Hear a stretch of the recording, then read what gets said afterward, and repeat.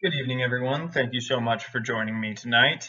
My name is George Bryan. I'm a business development manager for the Princeton Review. And just to kick things off this evening, we're going to do a quick little activity. So I have some good news for everyone. It has never been easier to get into college than it is now. There are over 3,000 four-year colleges and universities in the States that would love to have your students. Now, fact two, it's never been more difficult to get into college than it is now. Now, how can both of these be true? And I assure you that they are. Well, let's do a quick little experiment to kind of parse out my slightly unscientific theory here. So I want all of you guys to think of three schools that you would love to go to or you would love your student to go to. I don't want you to think about financial aid.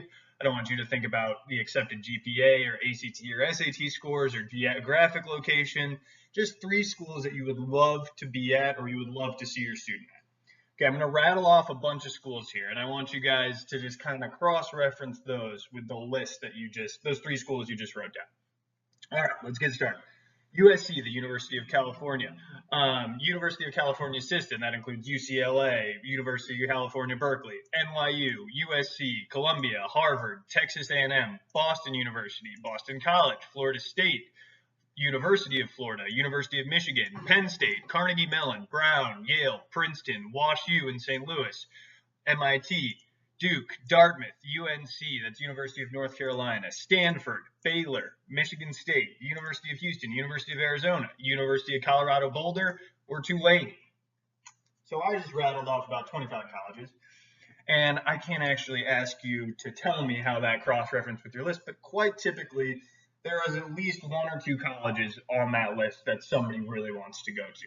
And that's what makes it so difficult to get into college right now, is because everyone wants to go to the same 25, 30 schools. It's something I kind of affectionately dubbed the brand name schools. But like I said, there are so many colleges and universities out there that would love to have your students. And studies show that it really doesn't matter so much where you go to college so much as what you do in college. So keep that in mind when you're looking at schools. You don't need to just apply to these brand name universities. Talk to your counselors, do some homework, and find some schools that could be great for you or your student. So as I said, my name is George Bryan. I'm a business development manager for the Princeton Review.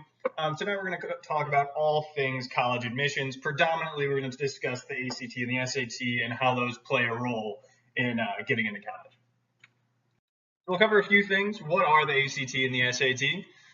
Where your scores can take you, so what some average accepted scores in the area are, and then we'll talk about some next steps. If you have any questions, please shoot me an email. This is not a live presentation, so if you have any questions, please feel free to reach out. I'm more than happy.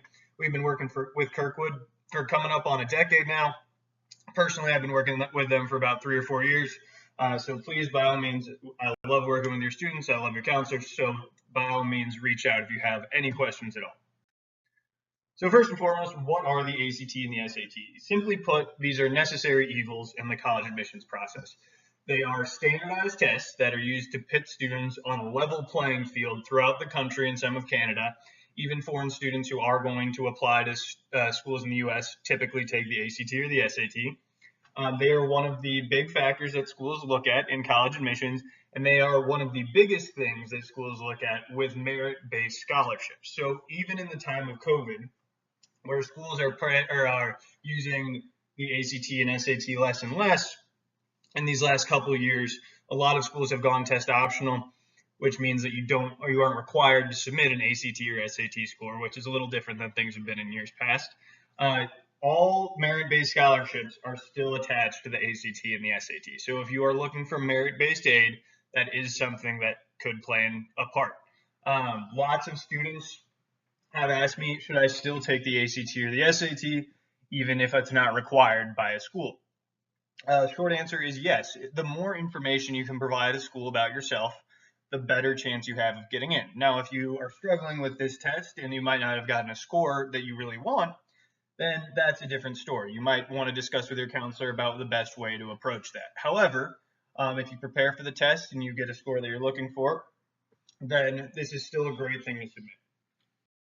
So what do these tests measure? Do they measure intelligence? Absolutely not. These are not meant to be intelligence tests. They really simply measure how you take these tests.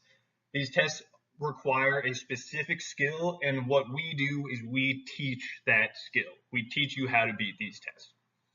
Can they be used to award aid? Absolutely. As I just mentioned, merit-based aid really relies on the ACT, the SAT scores, as well as your GPA. They do not reflect your GPA in high school. And we'll kind of go through why these don't reflect your GPA in high school. But to kind of boilerplate explain it, they're just really different tests than what your students are used to taking. Similarly, they do not predict your college GPA. The ACT was originally created to be a predictive test to see how you would do in college. So if you got a high score on the ACT, that meant you were going to do well in college, so we should let you into our university. Several lawsuits later, they can no longer make that claim. It's just meant to be a test that is standardized, so to speak. The reason I have a job, the reason you guys are all listening tonight, is because these tests can be prepared for and should be prepared for. As I mentioned, this is a specific skill that students largely don't have, taking these marathon-style standardized tests. So it's really something that a little bit of effort can go a long way. We'll touch on this a little throughout the presentation, but they will test some of what you learn in high school. But predominantly, it's more about mechanics and basic understanding of principles, with the exception of math. Math will test some things you learn in high school. The English section, for instance, is mostly not going to progress past 7th grade English. We're talking just basic grammar principles, punctuation, things of that nature. So really the only test where it's going to have any content knowledge from high school is going to be the math section. So what test should you take, the ACT or the SAT? Plain answer, I encourage everyone to try both. You don't need to take the official test of both, but we offer free practice tests for both the ACT and the SAT. Those are on our website. And just kind of, most people have a test that feels better. Just to call it a gut feeling. But are there any differences between the ACT and the SAT? There are some minor differences, but boilerplate, these tests are almost identical. The things that make them challenging are very much the same. You'll notice that they're both marathon-style tests, clocking in right about 3 hours, at about 30 minutes if you're taking the writing section. They both have a lot of questions. The ACT has 215 and the SAT has 154. Now, you guys are probably thinking, Mr. Bryan, why is the ACT have so many more questions? Does that make it a lot harder? Simple answer, no. It does not make it a lot harder than the SAT. The SAT has fewer questions, but typically they require more work to find the answer. So you will have to do more work to get each answer on the SAT. So they kind of even out. The ACT, the questions tend to be a little more simple, but you have to do more. One major difference is the SAT has a short answer section in the math, where the ACT is exclusively multiple choice. The scores are different. ACT scaled on a score of 1 to 36, and then the SAT is a sum of 2 scores ranging 200 to 800, and that'll be highlighted on the next page. In my opinion, the biggest difference comes from the scoring, not how they're numbered or evaluated, but look at the difference between the ACT and the SAT scores. So half of your SAT score is going to come from math, where a quarter of your ACT score is going to come from math. So if you're like most students and really struggle with math on standardized testing, then the ACT could definitely be a better option for you, simply because there's less math. We have a lot of students who really struggle with this. It is typical to struggle with math on the ACT and the SAT because it's really not a way that students are used to being tested. It's only multiple choice, so there's no partial credit, and it can get really tricky. So what about the essay? Plain and simple, it really doesn't matter anymore. Fewer than 30 schools still require the essay. Harvard no longer requires the essay for any of its entering students. The University of California system was one of the few big populations that still required the essay, and they are currently not accepting ACT or SAT scores. The SAT actually recently made an announcement that they are doing away with the essay completely. So no school will require that. I would imagine the ACT will follow suit pretty soon here. So if you're taking the ACT, we do recommend that you take the essay portion, simply because you cannot take it a la carte. If you apply to a school that requires it, you would have to take the entire ACT again in order to provide those scores. That being said, I don't know exactly where your students are. They're freshmen, sophomore, juniors. if you're a freshman or a sophomore that's going to be applying to college in 2 years, it's very likely the essay won't even be around anymore. So really, isn't something you should concern yourself or spend time preparing for. I just always encourage students to take it at least once so they have a score to submit if they need to. So what is a good ACT score? I want you guys to think about this for just a quick second.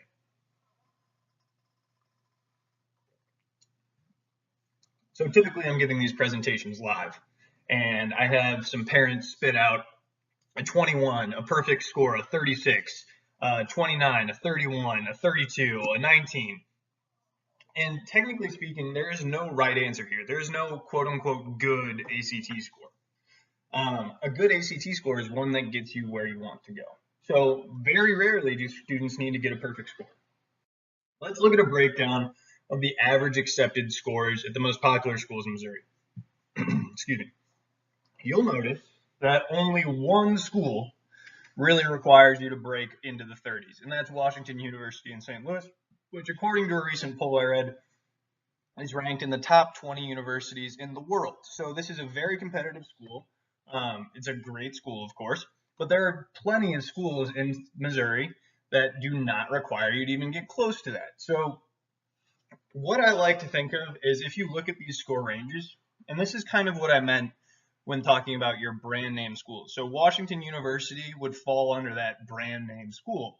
Tons of students apply there every year, and it makes it very competitive to get in. But Truman, SLU, and Rolla are three excellent schools, and their requirements are a lot lower. So that could definitely be a good option if that's something you're considering. Another thing to consider is, let's say you get a 27 and you're applying to SLU. If you don't get in, that probably means that the ACT score wasn't the issue. You're looking at something else, or they're looking for something else that you didn't quite have. As I mentioned at the beginning of this presentation, higher scores can lead to scholarship money. Now, how this works is most schools have a minimum cutoff for merit-based aid. For instance, I went to Santa Clara University, the second one down there. I got a 33 on my ACT, and they awarded me $25,000 over the course of 4 years. What that means is I was required to get a minimum of a 31. Had I got a 30, I wouldn't have qualified for any merit-based aid. And by getting a higher score than that, that qualified me for merit-based aid. They're also going to look at things like your GPA and your academic transcript. However, most schools are pretty transparent about this. They will let you know what score you need to get in order to qualify for merit-based aid. Something to consider, this is just merit-based aid. There are tons of different scholarships out there, whether you come from a low-income family or whether you come from a different population. There are lots of different ways to get scholarships. This is just merit-based. So preparation and planning are really important for taking the ACT and the SAT. Most students ask me, how many times should I take the ACT or the SAT? There's really not a right amount. Most students are going to take it 2 or 3 times, but there's no point in just taking it over and over again. You should really pick a testing date and prepare for that date. We have tons of different options for all of our students, ranging from courses to tutoring to private prep. And if you choose a date, prepare with us, find that date, or prepare for that date, and then knock the test out of the park. There's no point in just picking a testing date and taking it. Make sure you're ready for that testing date. So the ACT requires what I affectionately refer to as testing savvy. Everyone who's listening to this has acquired some kind of testing savvy throughout their academic careers. You know that when we're looking at a question saying name the quadrilateral, you know you're not supposed to name them Bob, Sam, Edison, Kate, and Harry. Now, our student Hope here not only has awful handwriting, but she got every single one wrong. Yes, she named the quadrilaterals, but you know as a student that you're supposed to provide the type of quadrilateral. And this seems glaringly obvious to you because you've required that testing savvy. Similarly, you know when you're asked to find x, you're not supposed to circle it on the page. You're supposed to use the Pythagorean theorem here, right? And find that x has a value of 4. So people are really predictable. And this is something where I really prefer to do in an interactive format, but times are tough right now. So I want everyone to do me a favor and think of a number, any number. All right, now how many of you thought of a number that's negative or a fraction or a decimal or anything over 1,000 or anything over 100? I've done this presentation in an auditorium of about 500 people before, and 95% of people are going to pick a number between 1 and 10. People act very predictably. So I'm not asking you a trick question here. What color is my screen? Just the background there. It's white, right? And what do cows drink? So cows produce milk, but they drink water, right? So by priming your brain with the white screen, very typically we get a lot of responses saying that cows drink milk. And baby cows drink milk, but adult cows do indeed drink water. And test writers of the ACT and SAT get paid a lot of money to trip people up like this. So let's look at an actual real-world example of how this would work on the test. Test writers are going to expect you to respond predictably. So if the store raises a price of an item by 20%, then decreases the new price by 15%, what was the percent change in the price of an item? Now, the strategy I'm going to introduce right now is called plugging in. Using a variable for this makes it much more difficult. So let's choose a price of an item, a nice round number like 100. So we have a $100 item, increase that by 20%. So we're at $120. Decrease that price by 15%, we're down to $102. So the percent change in the price of the item was 2%. However, what was the answer they expected you to come up with? We see 20%, we see 15%, we see decreases. 5%, right? And I guarantee that would be an answer on this test. So another great strategy to use is what is process of elimination. So what is the capital of Malawi? I definitely didn't know before I started giving this talk. Now do we know? So we can go through and eliminate ones where we know they're not the capital of Malawi. So London is in England, Tokyo, Japan, Paris, France, and let's say we don't know where Madrid is. We're not big on travel. We don't know a lot about geography. So we're stuck between D and E, Madrid and Lilongwe. Now, now we have a 50% chance of guessing this right because we've eliminated A, B, and C. If we just went with a blind guess, we'd have a 20% chance of guessing this right. So by just eliminating a few, you really increase your odds of getting that correct. Now, let's say we do know where Madrid is, it's in Spain. We eliminate D, and then we're left with the correct answer. So even though we didn't know what the capital of Malawi was, using these multiple choice tests to our advantage, we are able to parse out the right answer. And this isn't just a good strategy on the ACT, it's a great strategy for any multiple choice test. So if you're going to take away one strategy tonight, I would encourage you to really focus on this one, pacing. So these are marathon style tests, and that's what makes them hard. You have to answer a lot of questions in a little bit of time. So what I encourage students to do is make sure they get the questions they know they can get right. And let me explain what I mean here. So we have a student, Timmy, who's going to take the math test. So we have 60 questions to answer. And Timmy attempts all 60. He gets through the whole test, answers all of them. Nice work. He gets half of those right, half of those wrong, which nets him a 20, which is currently the national average on the ACT. Now, Timmy is going to go back in time and approach the test a slightly different way. So Timmy only answers 45 questions this time, and of those 45, he gets 35 right. 10 of those were incorrect, so we're already at a 22. We're already doing better. But as you guys know, we should never leave any question blank on the ACT or the SAT. So in those last 5 seconds, he bubbles in A for every single answer, which gets him an additional 3 right, and now we're up to a 24. So just by approaching this test in a slightly different way, we get way better results. So why did this happen? In our first example, Timmy rushed through the test and went through and made some silly mistakes. He didn't read questions carefully. He might have done some calculation errors by trying to rush and do things in his head. And he got a lot of questions wrong that he should have gotten right. By approaching the test more slowly, he made sure he got those questions that he knows he can get right, right. And he didn't spend as much time on those ones that are really difficult that he was probably going to get wrong anyways. So it's really good to practice these tests and understand what you struggle with and what you're good at. So when you come to those answers or those questions that you might not be so skilled at answering, you can just gloss over those, put in a guess, and move on. So as I've been kind of highlighting here, the ACT is really unlike tests that you're going to take in school. Doing well is a skill that we can teach, and it's something we've been doing for about 40 years. So as I mentioned, Timmy likely made a few mistakes in that first test.